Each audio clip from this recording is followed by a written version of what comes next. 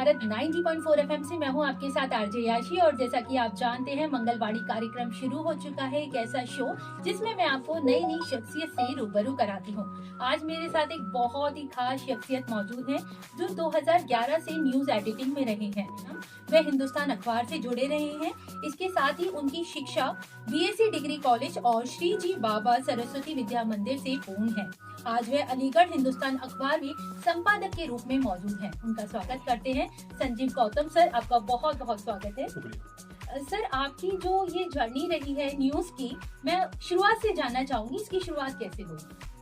असल में जब मेरी ग्रेजुएशन कंप्लीट हुई उसके बाद चैलेंज था उस समय जॉब का। तो मेरे स्टार्टिंग जो है पत्रकारिता नहीं थी। मेरा जॉब जो है टेक्निकली करने की सोचा था मैंने, और उसके लिए पहला जॉब मैंने जो बॉम्बे ज्वाइन भी कर लिया था। तो जब पहले जॉब के लिए मैं बॉम्बे गया तो वहाँ से 1.5 साल बाद लौटा मैं। तो मैं अपने घर में असल में अकेला हूँ। तो 1.5 साल बाद जब मैं लौटा तो फिर मेरा अचानक दुबई जाने का भी बन गया था कि मैं दुबई शिफ्ट हो जाऊँगा तभी।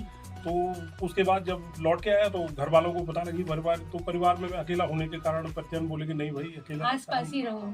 तो वो एक वहाँ पे वो फिर वहीं पे कट हो गया मेरा कि अब जाना छोड़ो, वहाँ यहीं रहो। अपना घर का हमारा बिजनेस भी है, ट्रांसपोर्टेशन का काम भी होता है, गाड़ी वगैरह है हमारी कई सारी। तो फिर थोड़े दिन उससे जुड़े, फिर मेरा उधर मन नहीं लगा तो मैंने कि मैं उधर नहीं। फिर मैं इससे पहले यूनिवर्सिटी में इलेक्शन लड़ने के लिए जर्नलिज्म डिपार्टमेंट ज्वाइन कर चुका था। एजुकेशन कंप्लीट करने से पहले। तो आगरा यूनिवर्सिटी में मैंने जर्नलिज्म डिपार्टमेंट में एजुकेशन ली हुई है मैंने।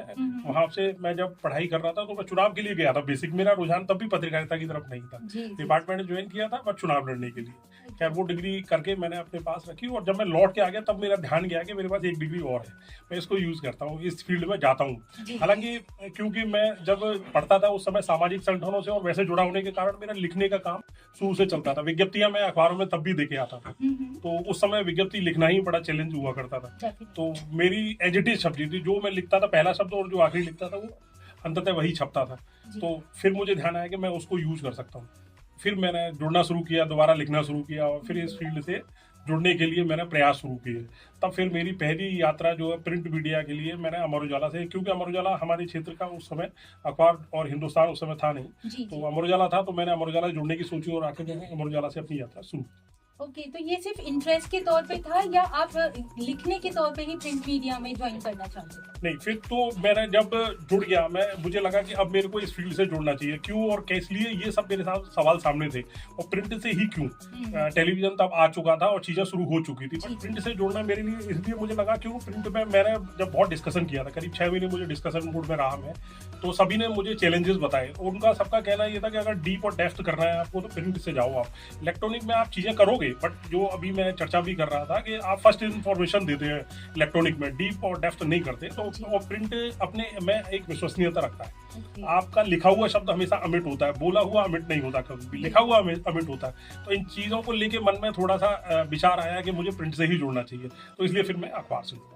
तो सर, आपको करीब 14 साल का इस फील्ड में अनुभव है, आप डेली उन चीजों को करते हुए होते हुए देखते हैं। मैं आपसे ये भी जानना चाहूंगी कि जब न्यूज आपके कानों में सुनाई देती है और छपने तक का जो प्रोसीजर होता है, उस प्रोसीजर में क्या क्या स्टेप्स होते हैं, वो कैसे न्यूज बनती है और छपती है? जब भी सबसे पहले कोई भी इंफॉर्मेशन आती है कि कोई एक घटना हुई, तो घटना के बाद सबसे पहले कि वो घटना, उसकी डेप्थ क्या है, घटना कितनी बड़ी है, उसका इम्पैक्ट क्या है। घटना का इम्पैक्ट सबसे इम्पोर्टेंट होता है कि आप वो घटना हुई है उससे कौन समाज का कौन सा वर्ग प्रभावित है, कौन व्यक्ति प्रभावित है, उनसे क्या इम्पैक्ट है, उसका समाज पे कितना बड़ा इम्पैक्ट है, वो सबसे बड़ी चीज होती है। फिर उसकी विश्वसनीयता कि वो खबर जो है कितनी विश्वसनीय है, उसको हम कैसे और ज्यादा पाठकों के लिए विश्वसनीय बनाएं, कैसे हम ठीक बनाएं जिससे ज्यादा से ज्यादा वर्ग के लोग उसे देख सकें, पढ़ सकें, सुन सकें। सर, जैसे आपने कहा विश्वसनीयता बहुत जरूरी है। फेक न्यूज और मिस इन्फॉर्मेशन को आजकल हम हर दिन होते हुए देख रहे हैं। आप उसको कैसे टैकल करते हो कि कौन सी इन्फॉर्मेशन कितनी हद तक सही है? संचार क्रांति का युग है। संचार क्रांति में आजकल अगर नए नए चैलेंजेस हैं तो नए नए समस्या के साथ समाधान भी हैं। आप अगर देखेंगे फेक न्यूज है तो फेक न्यूज को चेक करने के लिए बहुत सारे ऐप्स हैं, बहुत सारी टेक्निकल इतने सारे अपडेट्स चीजें आ गई, आप उन्हें आसानी से चेक कर सकते हैं। आजकल बहुत मुश्किल नहीं रहा। हालांकि आप हर खबर को कैसे चेक करेंगे, तो इसलिए हम उन चीजों को हम परखते हैं कि हमें किस खबर को किस तरीके से करना है, वो एक वेरिएशन जरूर रखते हैं। ओके सर, आज आप मंगलायतन विश्वविद्यालय में बैठे हैं। यहाँ बहुत सारे स्टूडेंट्स ऐसे भी हैं जो जर्नलिज्म एंड मास कम्युनिकेशन का कोर्स कर रहे हैं। हैं और आगे इस फील्ड में आगे बढ़ने के लिए सोचते हैं, सपने देखते हैं। अगर कुछ स्किल्स की बात करें तो एक जर्नलिस्ट के तौर पे कौन सी प्रमुख स्किल्स हर बच्चे में होनी चाहिए? आप पत्रकार बनते हैं, आप एक अपना जीविका का साधन तैयार करने के लिए सबसे पहले आप जुड़ते हैं। बट अगर आप पत्रकारिता के फील्ड में आ रहे हैं तो दो चीजें आप तय मान लीजिए। पहली, आपको नॉलेज होनी चाहिए आप, क्योंकि ये पत्रकारिता बेसिकली नॉलेज का कारोबार है, ज्ञान का आप जो है उद्यम करने जा रहे हैं, आप ज्ञान के क्षेत्र में जा रहे हैं। आप एक पत्रकार होंगे तो आपसे समाज का हर वर्ग अपेक्षा करेगा, आपको हर खबर की जानकारी हो, हर विषय की जानकारी हो, राजनीतिक, सामाजिक, किसी भी फील्ड की। तो आपसे सवाल पूछते समय वो ये ध्यान नहीं रखेगा कि वो क्राइम की खबर के बारे में बात कर रहे हैं, वो सोशल उस पर बात, रिफॉर्म पे बात कर रहे हैं, वो आपसे सब कुछ बात करेंगे, इकोनॉमिक भी बात करेंगे। तो आप पत्रकारिता के क्षेत्र में आने से पहले तय मान लीजिए कि खुद को बहुत ज्यादा तैयार करना पड़ेगा, आपको एक लंबी स्टडी करनी पड़ेगी आपको, और विषय का ज्ञान अवश्य होना चाहिए, सभी विषयों का। अगर आप आगे बढ़ना चाह रहे हैं तो, पत्रकारिता में करियर बनाना चाह रहे हैं तो, अगर आपके पास ज्ञान नहीं होगा, नॉलेज नहीं होगी, तो आज जो सबसे बड़ी जो दिक्कत होती है नए पत्रकारों के सामने कि नॉलेज कम होने के कारण फिर वो आगे बढ़ने में उन्हें समस्याएं आती हैं। वो समस्याएं आती हैं तो लोग फील्ड चेंज करने की बातें करते हैं और बताते हैं कि पत्रकारिता में सब चैलेंजेस। पत्रकारिता के चैलेंज तो तब भी यही थे, पत्रकारिता की चैलेंज कभी नहीं बदले, वो तो 100 साल पहले जैसे थे वैसे आज भी हैं।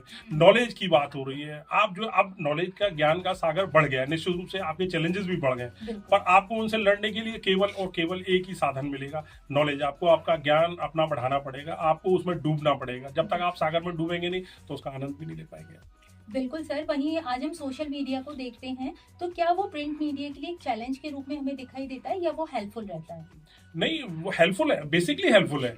आप उसे कोई चैलेंज मानिए, आप अपना काम कर रहे हैं, वो अपना काम कर रहे हैं, वो आपको केवल इंफॉर्मेशन देते हैं। आप जब किसी सब्जेक्ट को पढ़ना चाहते हैं तो आखिर में आपको अखबार पढ़ना पड़ता है। आपको डीप नॉलेज चाहिए तो आपको अखबार पढ़ना ही पड़ेगा। आप किसी भी विश्लेषण करना चाहेंगे तो आपको अखबार चाहिएगा। आपको वो शब्द आपको चाहिए जो आपकी क्षुधा शांत कर सके, उसके लिए आपको अखबार ही पढ़ना पड़ेगा। वो टीवी आपकी क्षुधा शांत नहीं कर सकता, सूचना दे सकता है, मैं पहले से ही कह रहा हूँ। वो आपको डिजिटल तरीका आपका हमेशा सबसे पहले सूचना दे सकता है, आपको उस सूचना के बारे में जानकारी दे सकता है, पर आप उस सूचना का विश्लेषण कैसे करेंगे कि वो खबर थी, वो क्या थी, तो वो उसके लिए आपको अखबार पे आना ही पड़ेगा। बिल्कुल सर। वही जो लोग आपको सुन रहे हैं, देख रहे हैं, चलते चलते आप उनको क्या संदेश देना चाहेंगे अपनी ओर से? मैं कहना चाहूंगा कि आज जो है एआई हमारे सामने नया चैलेंज है, फेक न्यूज नया चैलेंज है, और खासकर छात्रों को और युवाओं के लिए ये दोनों फील्ड हमारे लिए बहुत चैलेंजिंग है। बट अगर आप अपनी विश्वसनीयता बनाए रखने के लिए इनके चैलेंजों को स्वीकार करिए, बिल्कुल लड़ाई लड़िए, कोई मुश्किल नहीं है किसी भी चीज से लड़ना, और आप लड़ाई लड़ने के बाद ही सही चीजों को जान पाएंगे, समझ पाएंगे। तो एआई जैसे नई फील्ड को अपनाइए, उससे दूर मत भागिए। आप जब भी जिस चीज से दूर भागेंगे तो आपको नुकसान होगा, फायदा नहीं होगा। फेक न्यूज से आप दूर भागेंगे तो वो आप पे हावी होगी, आप उसे क्रिटिसाइज करिए। ऐसे ही एआई को आप जानिएगा, समझिएगा, तो आप उसे यूज कर सकते हैं, उपयोग कर सकते हैं। आप उपयोग करने के लिए पहले आप उसके पास जाएंगे, अगर आप दूर भागेंगे तो फिर वो आपका दुरुपयोग करेगा, न कि आप उसका दुरुपयोग करेंगे। यही मेरा संदेश है। मैं आपसे फिर एक बार यही कहूंगा, एआई या और भी जितने ऐसे ये चैलेंजेस हमारे सामने आते रहेंगे। आज एआई है, उसके बाद हो सकता है कल नया भी है, पर उससे लड़ने के लिए खुद को तैयार रखिए। आप अपने आप को तैयार करिए, न कि दूसरों से ये कहिए कि ये अच्छा नहीं है। वो सब कुछ अच्छा है, बशर्ते आप उसे उपयोग करना चाहिए। बहुत ही खास जानकारी दी सर आपने, और बहुत ही खास संदेश भी दिया कि जब तक आप किसी टॉपिक की डेप्थ तक नहीं जाएंगे तब तक आप उसको कैसे समझेंगे और कैसे उसको महसूस कर पाएंगे। बहुत बहुत शुक्रिया संजीव सर हमारे साथ जुड़ने के लिए। और दोस्तों, फिर मैं लेकर आऊंगी आपके लिए नए मेहमान, जानेंगे उनसे अगले टॉपिक के बारे में बहुत सारी खास बातें। तब तक के लिए मुझे दीजिए इजाजत। नमस्कार।